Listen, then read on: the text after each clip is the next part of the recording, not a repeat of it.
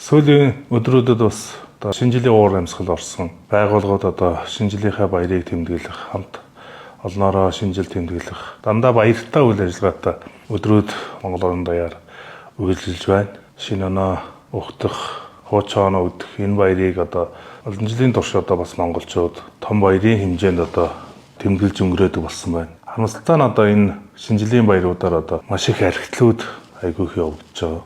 Монголчууд бид бүгд одоо биедээ эзэн байж байгаа энэ ажил хөдөлмөрдөө бас эзэн байдаг энэ цаг одоо бидэнд тулгарч байгаа.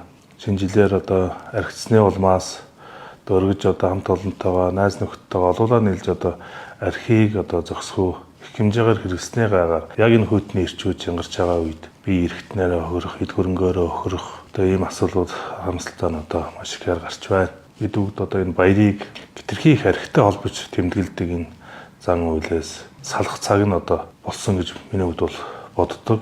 Альва баярыг архихгүйгээр өнгөрөөдөг болохгүй бол бид бүгд одоо маш их том зардалтай, маш их эрүүл мэндийн хохиролтой тэмдэглэдэг.